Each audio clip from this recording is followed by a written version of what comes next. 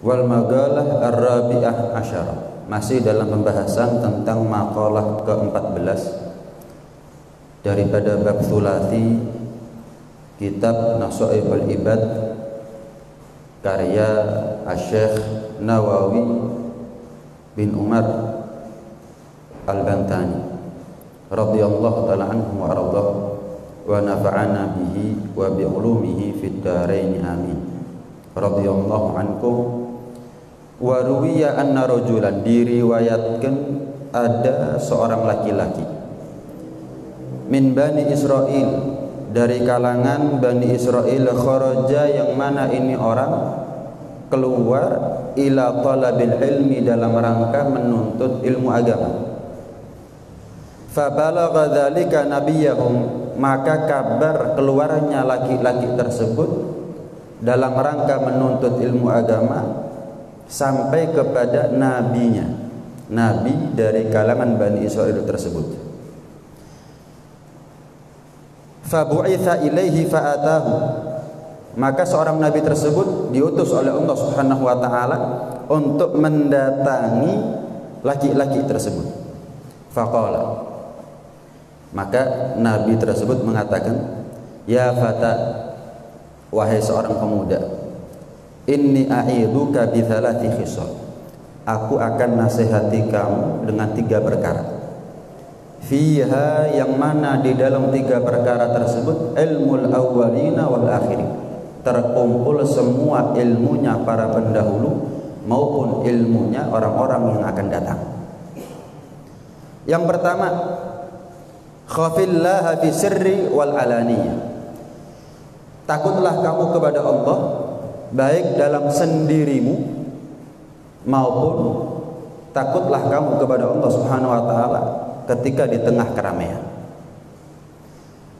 Yang kedua, wa amsik lisanak, tahan lisanmu, anil khalqi, daripada membicarakan makhluk, la tadhkurhum illa bi khair, sehingga tidak kamu menyebut makhluk manusia kecuali selalu tentang kebaikan-kebaikan mereka. Terakhir sudah kita bahas bagaimana ancaman Allah bagi orang yang suka ngerasani orang lain. Sekarang kita akan bahas bagaimana sikapnya orang-orang soleh ketika mereka dibicarakan aibnya atau dirasani oleh orang lain. Kita ini butuh kisahnya orang-orang soleh, karena memang kisahnya orang-orang soleh itulah jundun min junudillah, termasuk bala tentara atau pasukannya Allah Subhanahu wa taala. Dengan kisah-kisahnya orang soleh akan tergugah hati kita. Kita akan mendapatkan satu sosok yang menginspirasi, memotivasi, memberikan semangat kepada kita untuk selalu berbuat taat. Jangankan kita, Rasulullah sallallahu alaihi wasallam pun Allah ceritakan kepada beliau kisahnya para nabi-nabi terdahulu. Kullan nagussu 'alaika min amba'ir rusul ma nuthabbitu bihi fuadak. Setiap nabi-nabi Allah ceritakan kepada Rasulullah sallallahu alaihi wasallam. Apa tujuannya? Apa gunanya? Ma nuthabbitu bihi fuadak, agar semakin kokoh, semakin kuat hati baginda besar Nabi Yuna Muhammad sallallahu alaihi wasallam. Kalau orang soleh aja ada yang dirasani, ya, kalau seorang soleh aja ada yang ngerasani, ya apalagi kita. Kalau orang soleh aja dirasani, kemudian respon mereka tetap baik, ya kenapa kita harus jahat kepada orang yang ngerasani kita? Bukankah orang soleh itu lebih pantas untuk marah kepada orang yang ngerasani mereka daripada kita? Karena kalau kita dirasani, mungkin apa yang menjadi bahan cibiran orang-orang di belakang kita memang hak ada pada diri kita. Tapi kalau orang-orang soleh, mereka adalah orang-orang baik. Orang-orang soleh adalah orang-orang yang melaksanakan haknya Allah dan melaksanakan haknya manusia. Itu masih dibicarakan aibnya mereka, tapi mereka nggak marah. Kenapa? Sebab mereka mengetahui fa'ulima man takaddara mimman ahda ilaihi hasanatih fahuwa ahmaq. Maka bisa diketahui barang siapa yang enggak senang ketika dihadiahkan mimman uhdiya ilaihi hasanatuh fahuwa ahmaq. Orang yang enggak senang ketika dikasih pahala itu namanya orang bodoh. Orang yang ngerasani kita itu kan dia secara percuma, secara sukarela, secara gratis menghadiahkan pahalanya mereka kepada kita. Lah kalau kita dirasani berarti kan mereka memberikan pahalanya kepada kita secara percuma. Mereka sholat, kita nggak sholat. Dalam artian mereka sholat sunnah, kita nggak sholat sunnah. Tapi gara-gara mereka ngerasani kita, pahala sholat sunnahnya mereka diberikan kepada kita. Masa kita nggak senang? Adakah orang yang lebih bodoh daripada orang yang diberi hadiah pahala oleh orang lain secara gratis? Nah, sehingga pernah diceritakan Al-Imam Hasan Al-Basri. Al-Imam Hasan Al-Basri ini sampai kabar kepada beliau ada seseorang yang beliau tahu ngerasani beliau, orang yang beliau kenal ngerasani beliau. Maka beliau mengutus satu orang daripada muridnya untuk memberikan hadiah kepada orang yang ngerasani beliau tadi itu. Bilang ya, ini hadiah dari Hasan Al-Basri. Dan bilang, ya akhi, annaka ahdaita ilayya hasanatik. Wahai fulan, kalau memang betul kamu ngerasani aku, berarti kamu betul-betul telah menghadiahkan pahala-pahalamu untukku. Kamu telah memberikan secara percuma pahala-pahalamu kepadaku. Wahiyya biyaqin a'dhamu min hadiyati hadza. Dan aku tahu secara yakin, aku tahu secara pasti bahwa hadiahku ini nggak ada apa-apanya dibandingkan pahala yang sudah kamu berikan secara gratis kepada aku. Paham nih? Ada orang ngerasani bukan marah, malah berterima kasih. Kenapa? Nggak ada hadiah yang lebih afdol kecuali hadiahnya orang diberikan kepada kita. Kalau kita dikasih dunia aja, dikasih duit aja, seneng. Apalagi kalau kita dikasih pahala oleh orang lain, maka tentu lebih pantas kita senang. Walaupun dengan cara yang diharamkan oleh Allah Subhanahu wa taala dengan ngerasani kita, nggak ada masalah. Nah, pernah juga Al-Imam Al-Hasan Al-Basri telah sampai kabar kepada beliau, inna fulanan ightabak. Wahai Hasan, fulan itu ngerasani kamu. Fa ba'atha ilaihi tabaq halwa. Maka Al-Imam Al-Hasan Al-Basri menghadiahkan kepada orang yang ngerasani beliau dengan satu nampan isinya manisan. Kemudian Al-Imam Al-Hasan mengatakan, annaka ahdaita ilayya hasanatik fakafatuk. Kamu sudah memberikan hadiah kepada aku pahala-pahalamu, maka aku balas ya, walaupun balasannya nggak ada apa-apanya dibandingkan pahala yang sudah kamu berikan kepada aku.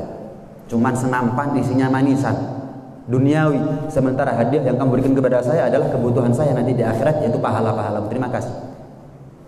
Subhanallah. Jadi kan kalau kita dengar cerita seperti ini kan menjadi cermin buat kita. Apa yang menjadi kekurangan kita? Coba bandingkan antara kita sama orang-orang soleh. Yang lebih pantas dirasani siapa? Kita. Kita ini pantas dirasani. Lah kalau dirasani ngamuk. Kalau ada orang boleh ngamuk ketika dirasani, ya orang-orang soleh lebih pantas ngamuk ketika dirasani. Tapi lihat bagaimana mereka.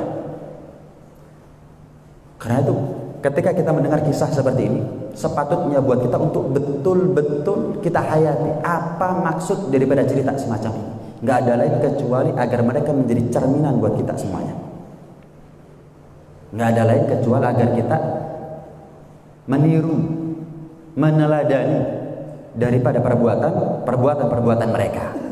Nah, seorang imam, seorang ulama besar, namanya Al-Imam Syaqiq Al-Balkhi, pernah sekali waktu di satu malam beliau tertidur, sehingga beliau yang biasanya tahajud nggak tahajud, yang biasanya baca Al-Quran di tengah malam sekian juz, libur gara-gara ketiduran.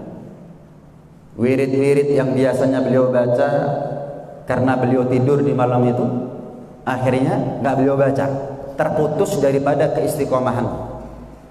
Istrinya negur, wahai suamiku, ada apa denganmu? Biasanya istiqomah, biasanya semangat, biasanya bangun, ini malam kamu tidur. terputus istiqomahmu, tahajudmu terputus, Al-Quranmu terputus, wiridmu terputus. Oh nggak apa-apa, istriku tenang aja, pahalanya tetap sampai kepada aku walaupun aku tadi tidur. Loh kok bisa? Karena ada orang lain, ulama-ulama lain yang ada di kota Al-Balakh, maka disebut Asy-Syaqiq Al-Balakhi, nama satu daerah. Di daerah Balakh ini banyak ulama lain selain aku yang mereka sholat kalau tengah malam, yang mereka puasa kalau di siang hari. Cuma kapan mereka punya kesempatan untuk ngerasani aku, mereka ngerasani aku.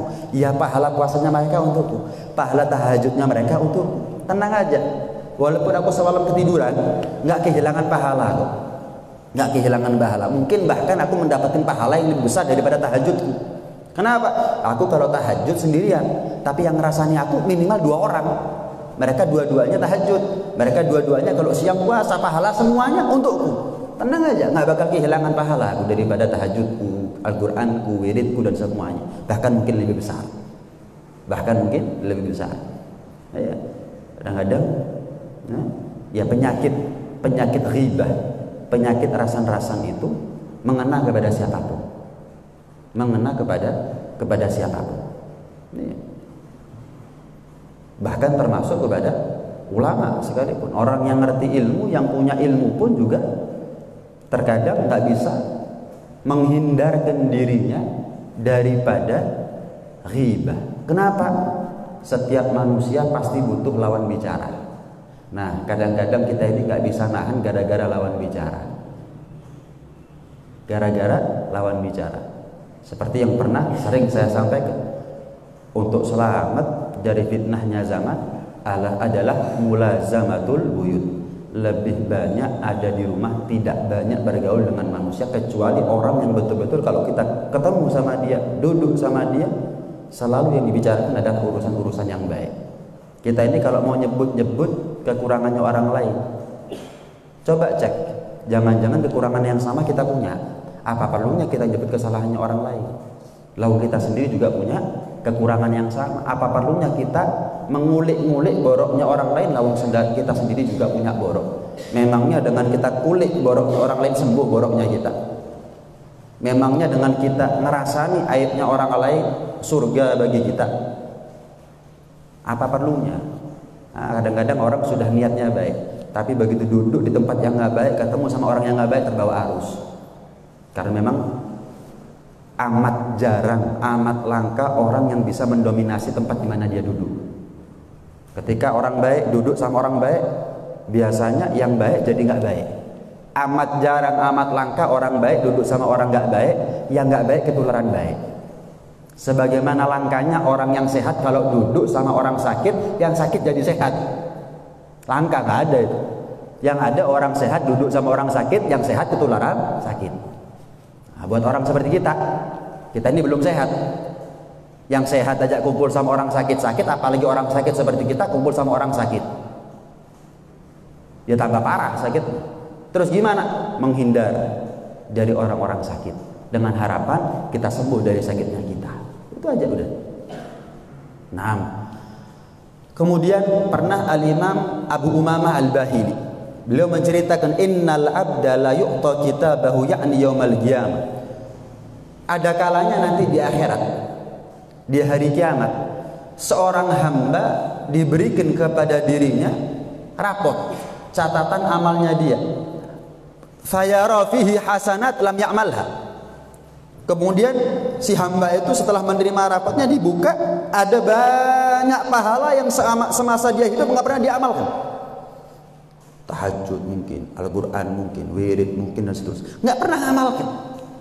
Tapi ini kok banyak pahala yang dia terima? Kan nggak mungkin rapot di hari kiamat salah alamat, itu kan nggak mungkin. Malaikat itu la ya'sunallaha ma amarahum wa yaf'aluna ma yu'marun. Nggak mungkin salah alamat. Begitu dibuka lah kok banyak pahala. Yang dia ingat, aku nggak pernah melakukan ini, aku nggak pernah melakukan itu, tapi pahalanya kok sampai kepada aku. Fayaqul ya Rabb anna li bihadza.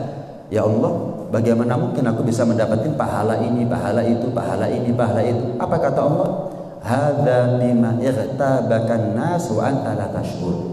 Ini adalah akibat daripada manusia yang ngerasani kamu tapi kamu gak sadar. Ini adalah apa yang kamu peroleh, apa yang kamu dapat hasil daripada orang-orang ngerasani kamu sementara kamu nggak tahu. Senang nggak seharusnya kita kalau dirasani? Bukan berarti kita minta dirasani ya. Bukan berarti kita minta dirasani, tapi sudah menjadi sunnatullah. Orang itu pasti dirasani.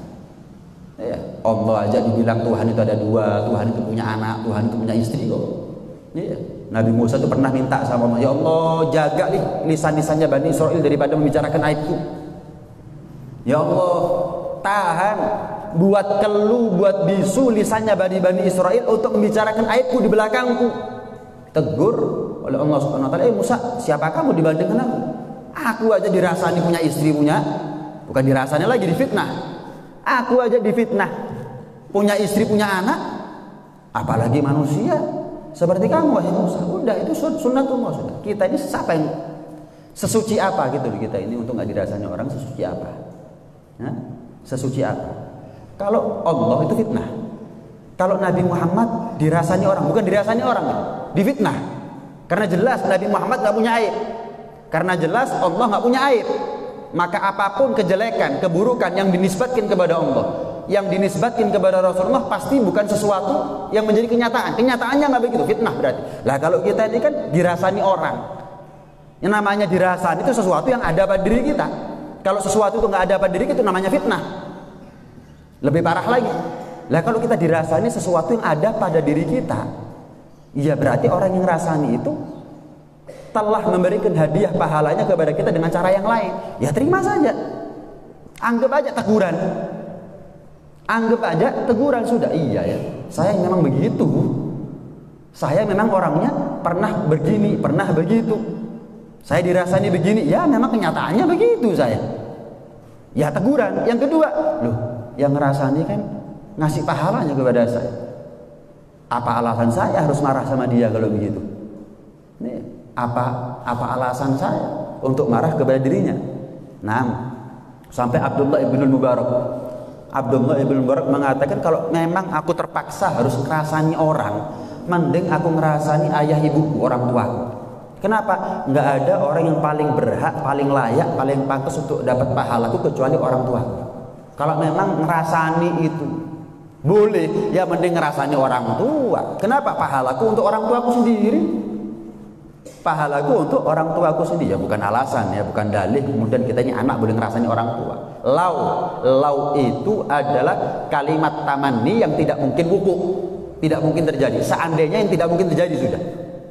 Seandainya ya dunia ini masuk ke dalam lubang jarum, jelas gak mungkin. Seandainya manusia boleh ngerasani manusia orang lain, kata Abdullah ibn Mubarak, maka tentu saya akan ngerasani orang tua saya. Kenapa? Mereka adalah orang yang paling pantas untuk mendapatkan hadiah pahala daripada aku. Nah, karena itu Al-Imam Fudail bin Iyad radhiyallahu ta'ala anhu wa radhiyallahu mengatakan, mithalu man yaghtabun nas mithalu man yansibu man janiqan li hasanati. Orang yang doyan ngerasani orang lain, membicarakan aibnya orang lain, sama seperti dia bikin ketapel yang dia lempar adalah pahalanya kepada orang lain.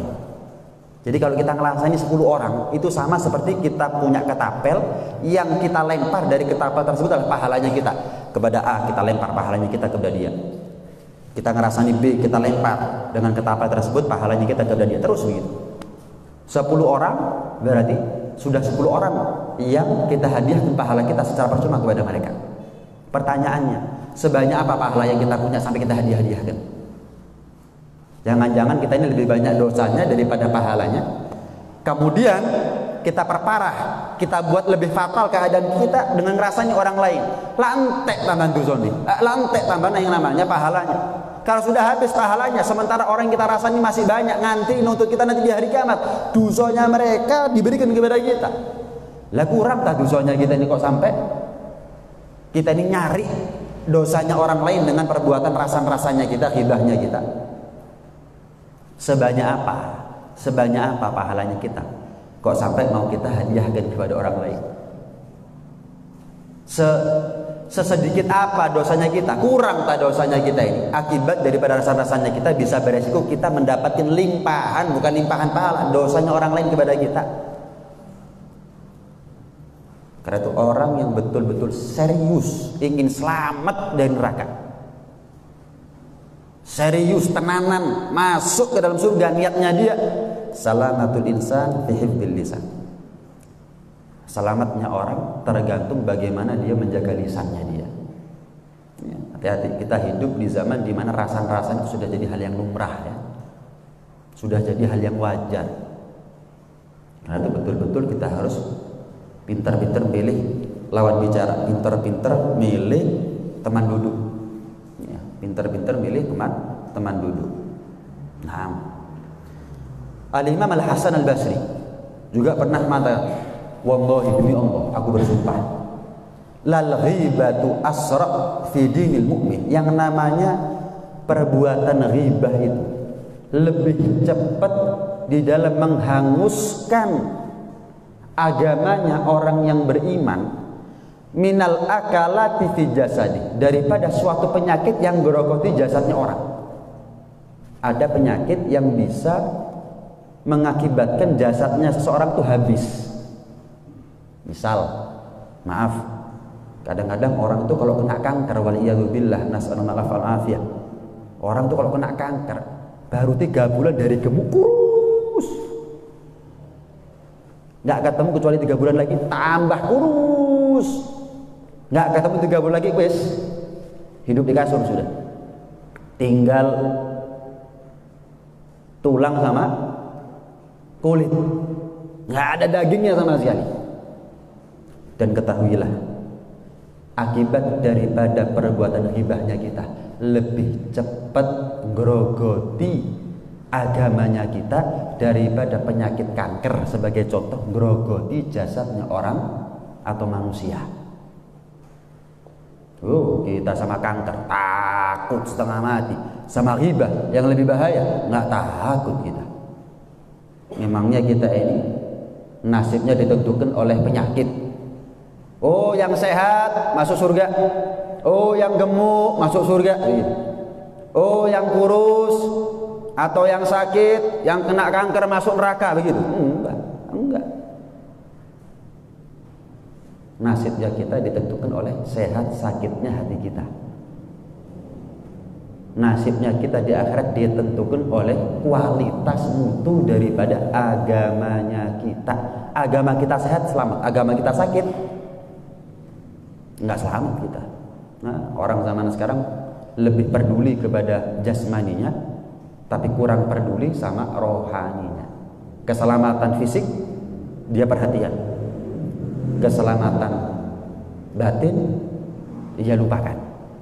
Nggak apa-apa sih kita perhatian sama keselamatan jasmani, wajib sebagai tanda kita syukur atas nikmat sehat yang Allah berikan kepada kita. Tapi nikmat iman itu juga nikmat dari Allah Subhanahu wa taala, lebih daripada nikmat jasad, nikmat sehat. Lah kalau nikmat sehat aja harus kita jaga, lah nikmat iman kenapa nggak dijaga? Sama kanker takut, tapi sama ghibah yang lebih bahaya nggak takut sama sekali. Nah, kemudian pernah diriwayatkan oleh ulama, anna manightiba ghibatan wahidatan. Ini kabar gembira buat kita ini. Kabar gembira sebetulnya. Barang siapa yang dirasani oleh seseorang, kita ini kalau dirasani sama orang lain sekali aja, ada orang ngerasani kita, ghufira lahu nisfu dzunubi, separuh dosanya kita diampuni oleh Allah Subhanahu wa taala. Ya Allah, senengnya orang kalau banyak yang ngerasani dia. Betapa bahagianya orang kalau banyak orang ngerasani dia. Makanya kita ini kalau nggak seneng sama orang, ojo dirasani. Entek itu Zoe. Kan pernah saya sampaikan di pertemuan terakhir pembahasan seperti ini. Dulu ada seorang penguasa namanya Hajjaj, zalim luar biasa, dirasani entek. Kata ulama, tidak menutup kemungkinan wahai fulan, ketika kamu ngerasani Hajjaj entek dosane kon sing dosa tok. Hati-hati, Allah itu maha adil. Sebagaimana Allah bisa menghakimi Hajjaj, Allah juga bisa menghakimi kamu. Allah bisa menghakimi kamu. Hati-hati. Jadi kita ini kalau nggak senang sama orang bukan rasa-rasa, ya dimintakan hidayah, didoakan baiknya. Lah masa kita ini nggak senang lihat ada orang dapat hidayah, CLE hati ini, CLE hati ini. Kok buruk betul hatinya kita kalau kita nggak senang ada seseorang yang berpotensi untuk mendapatkan hidayah, sampai kita nggak mau mendoakan dia untuk mendapatkan hidayah. Itu akan dapat hidayah. Adapun kebinasaan dia nggak pakai doanya kita juga, kalau sudah Allah berkehendak terjadi. Tapi kalau kita mendoakan orang lain untuk mendapatkan hidayah, kalau dia dapat hidayah, siapa yang dapat pahala? Kita pun juga dapat pahalanya. Buat apa kita ngelaknat orang? Buat apa kita ngerasani kedolimannya orang?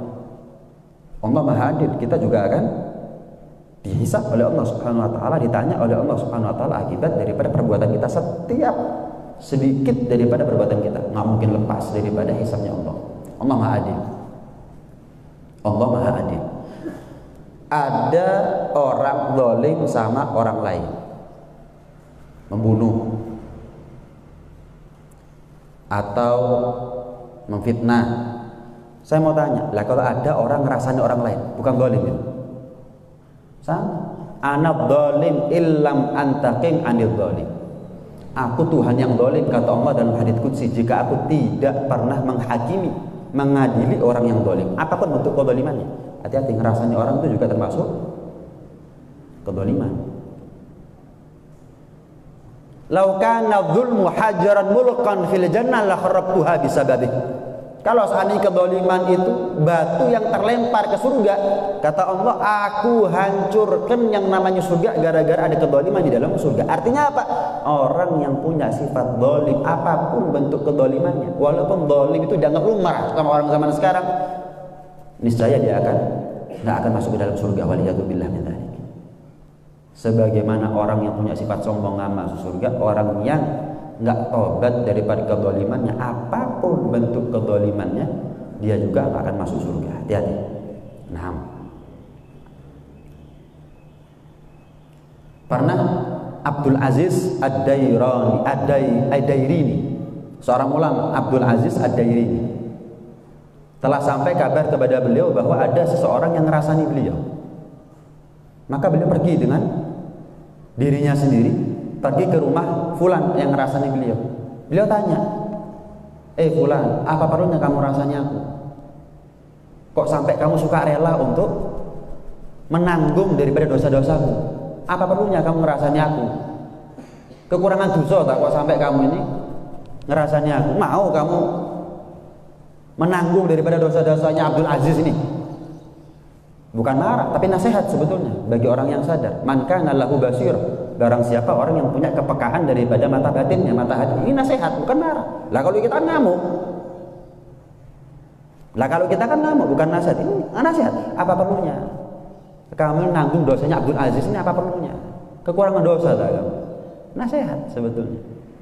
Tinggal malbagi lal hidayah min Allah, kecuali yang nggak ada tersisa kecuali hidayah daripada Allah Subhanahu wa taala.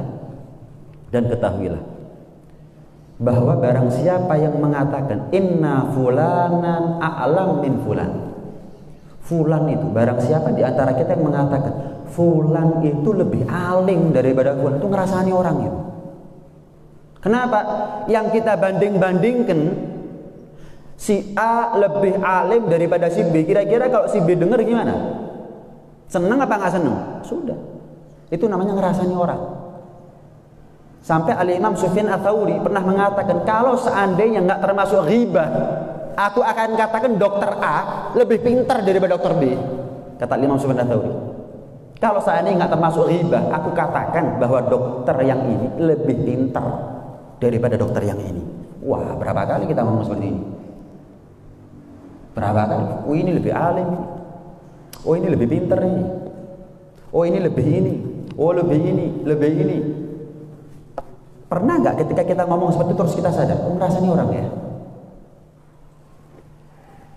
Dosa yang kita tahu dosa, sih dilakoni lah, berapa banyak dosa yang kita nggak tahu kalau itu dosa terus kelakon. Terus ngerasani wong, apa perlunya? Apa perlunya? Dosa yang kita tahu itu dosa, bahkan minal kabair, dilakoni.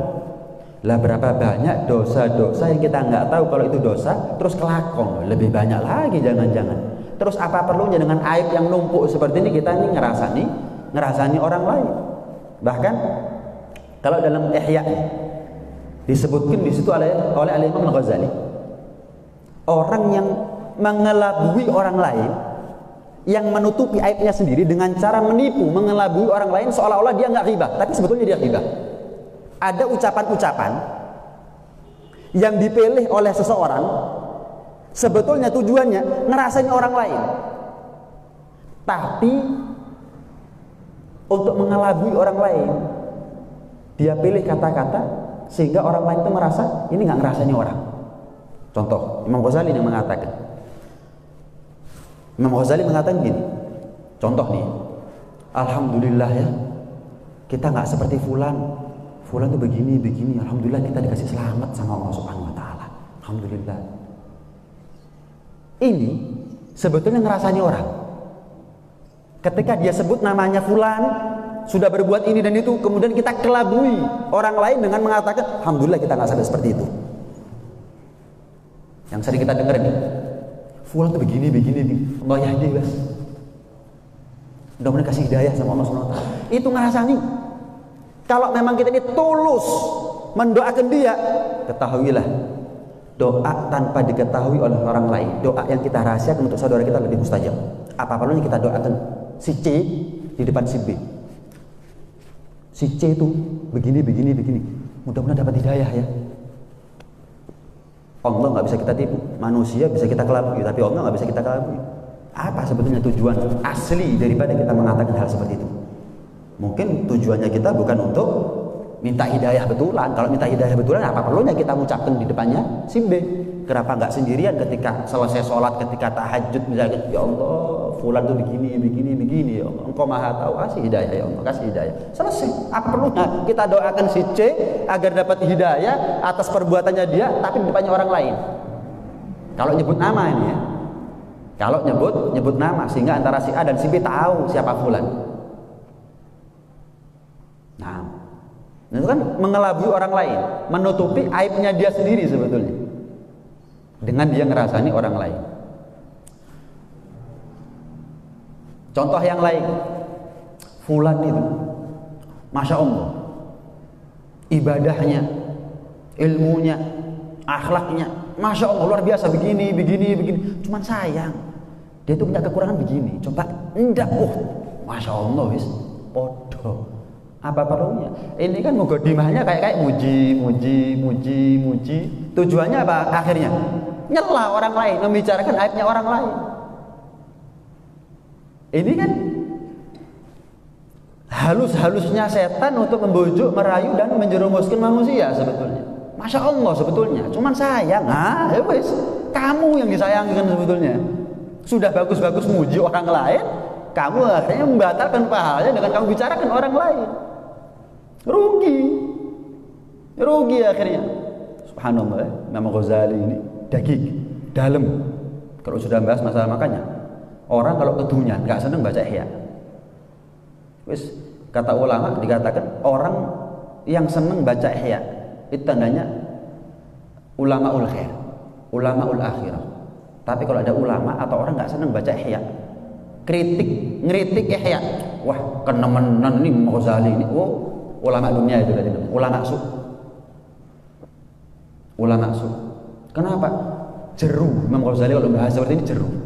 Apa yang nggak terbersit dalam benaknya kita, pikirannya kita, karena Imam Ghazali luar biasa terpikirkan dalam benaknya beliau, dan itulah kenapa Ihya memiliki keunggulan dibandingkan dengan kitab-kitab tasawuf yang lain. Malah sampai dikatakan kalau seandainya ilmu yang ada di dunia ini punah semuanya. Misal kitab-kitab semua yang ada di dunia ini hangus, habis, nggak ada sisa satu pun, cukup sebagai pengganti daripada semua kitab adalah kitab Ihya. Urusan zahir ada, urusan batin ada, wis, cukup sudah. Nggak ada kitab A, nggak ada kitab B, cukup pelajari Ihya, selesai. Cukup sudah sebagai alternatif atau badal pengganti daripada kitab-kitab yang lain. Luar biasa Imam Ghazali. Nah, contoh yang lain kata Imam Ghazali. Contoh yang lain adalah ucapan seseorang yang mengatakan, tahu nggak, fulan itu ternyata begini. Terus yang dengar, oh iya lah, mosok, yang saya tahu dia baik. Ini syarik fil ghibah. Ini bersekutu dalam rasan-rasan nih. Oh iya lah, yang saya tahu baik kok. Gara-gara omongan seperti ini, yang ngerasani malah semangat untuk buka aibnya yang lain. Disitulah masuk setan, bukan lagi ghibah, mungkin fitnah bahkan. Oh karu bang, kamu nggak tahu, meru aku. Dia tuh tambah semangat ngerasani itu, tambah jeru yang dirasani, tambah nikmat ngerasaninya. Gara-gara ucapannya, mosok, saya nggak pernah tahu, yang saya tahu dia baik. Oh tambah, hati-hati. Terus gimana? Diam. Atau kalau enggak, berpaling daripada tempat di mana di situ dirasani orang-orang. Wes nyingkrih, gak golek molo, gak cari penyakit, duduk sama orang yang suka rasan-rasan. Ya Allah, nggak ada tersisa buat kita kecuali berharap, ya Allah jauhkan kami dari orang-orang yang buruk, jauhkan kami daripada tempat-tempat yang buruk, teman duduk yang buruk. Wes, masalah sudah kejebak ini untuk pindah tempat ini yang repot. Nah, tapi kalau sudah pertolongannya Allah datang kepada kita, Allah arahkan kita selalu ketemu dengan orang yang baik, teman duduk yang baik, lawan bicara yang baik, tempat yang baik, harus aman, wis, nggak perlu repot-repot pekewuh untuk nyuruh orang diem, untuk nasihati orang, untuk amar ma'ruf nahi mungkar sama orang, atau pindah dari tempat tersebut sebagai bentuk reaksi respon kita nggak suka sama apa yang mereka lakukan. Bahkan Imam Ghazali mengatakan, kalau ada orang rasan-rasan, terus kita nggak senang, tapi kita cuma ngasih kerdipan mata, itu nggak cukup, kata Imam Ghazali. Jadi ada orang rasan-rasan, terus kita nggak senang, terus gitu tok, nggak cukup. Mana ada amar ma'ruf nahi mungkar, kata Imam Ghazali, dengan cara seperti itu mana ada? Mana ada amar ma'ruf nahi mungkar dengan cara hanya sekedar mengedipkan mata, itu mana ada? Harus diucapkan uskut. Bahkan Imam Ghazali mengatakan cuma begini tok, nggak bisa itu. Dengan isyarat nggak bisa, harus ngomong uskut, diam. Bayangkan, itu dibahas Imam Ghazali dalam bab amar ma'ruf nahi mungkar. Naam. Hatim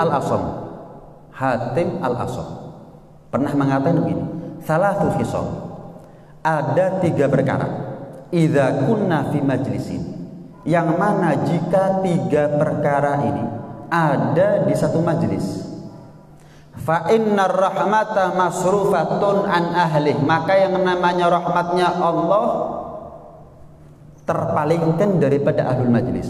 Artinya yang duduk di majlis tersebut sama sekali tidak mendapatkan rahmatnya Allah Subhanahu wa taala. Apa 3 perkara ini? Yang pertama, zikrud dunia, majlis tapi yang disebut dunia. Maka seluruh yang hadir di majlis tersebut tidak mendapatkan rahmatnya Allah Subhanahu wa taala.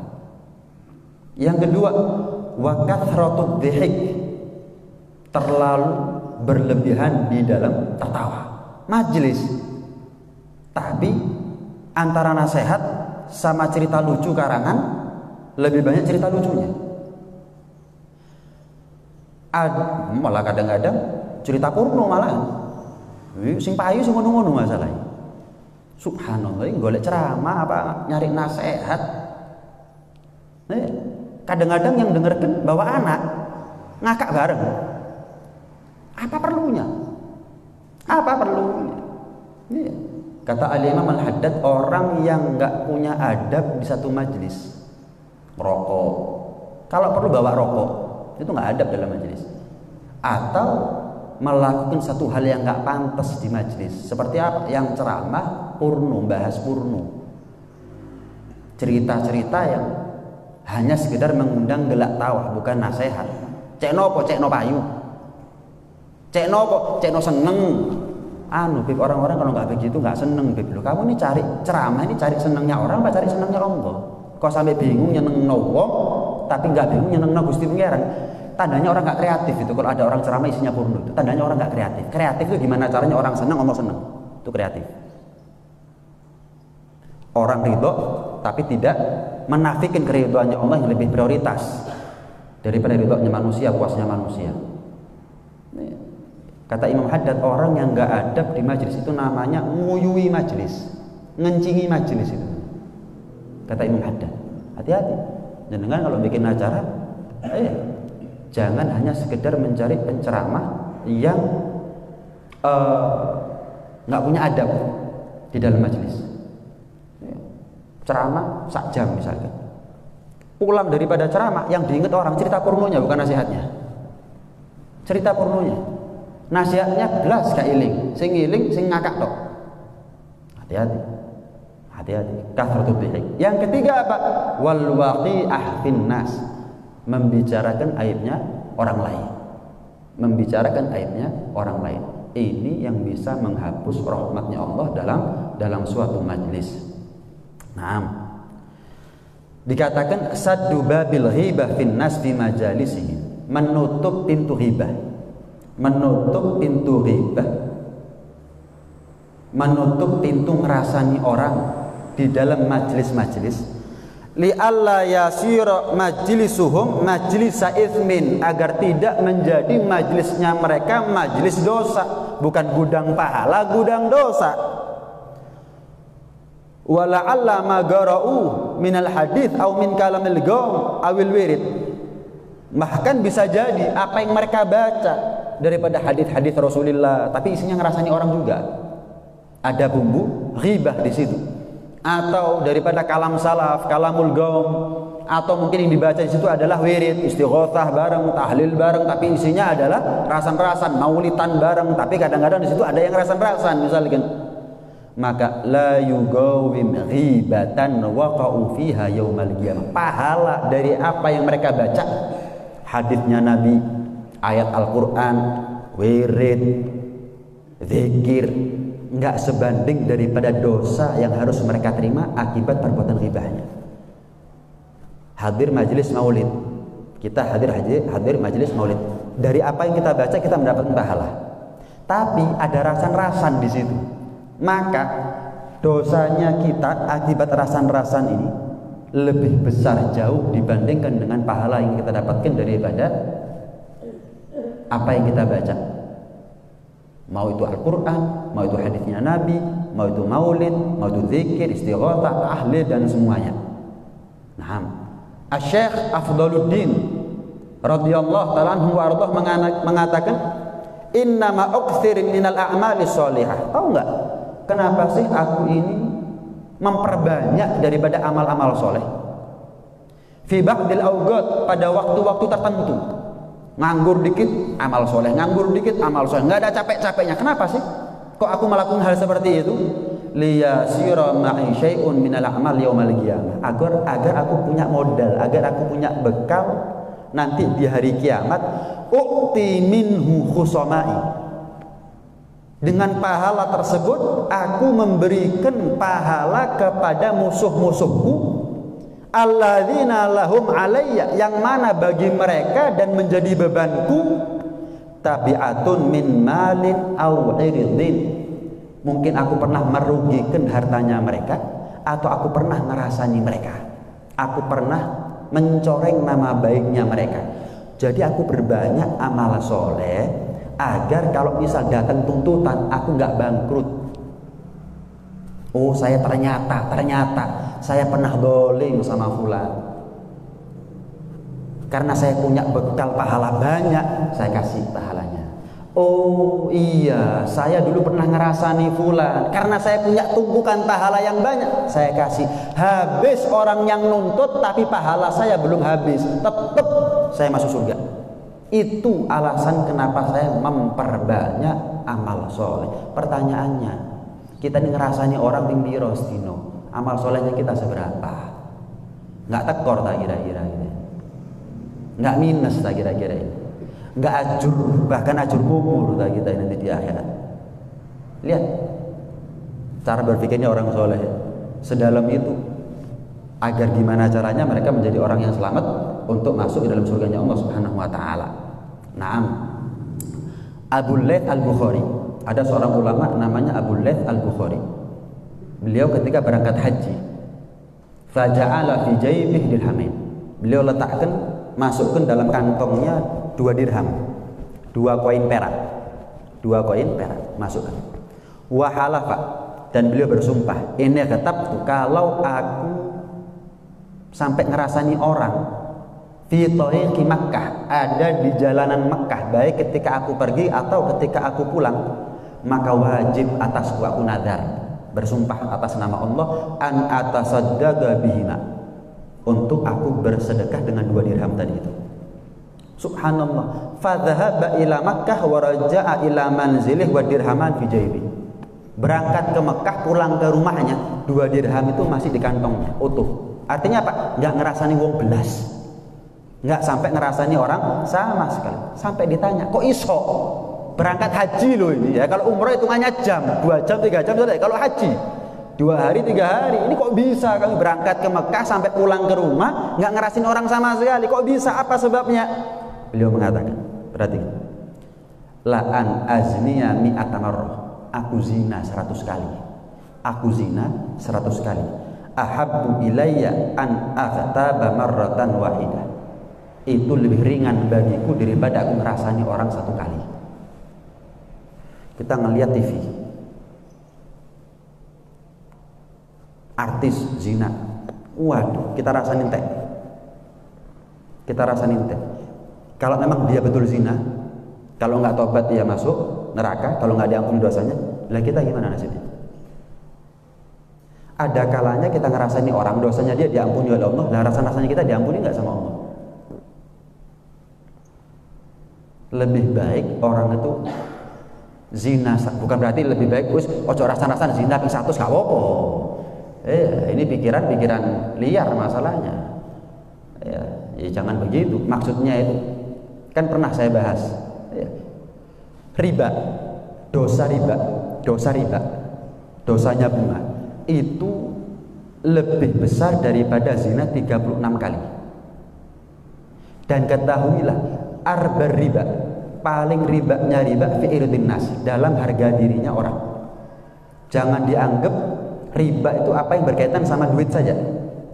Utang 1 juta, balekno 1,1 juta, itu riba. Tapi ada yang lebih riba daripada itu.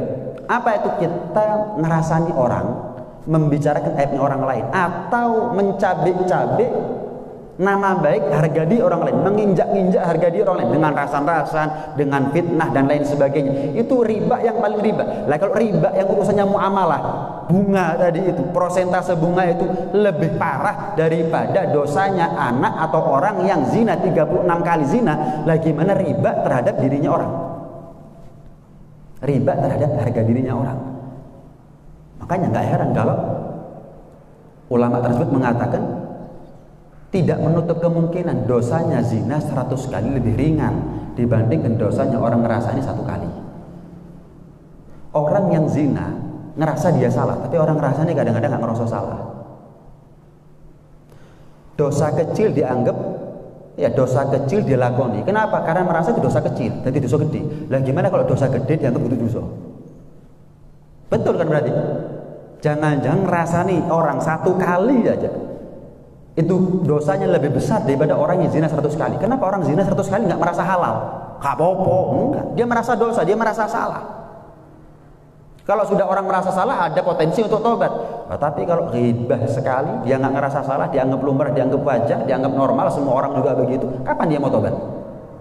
Tidak menutup kemungkinan 100 kali zina matinya tobat. Yang ngerasa nih karena dia nggak ngerasa salah, matinya nggak tobat-tobat.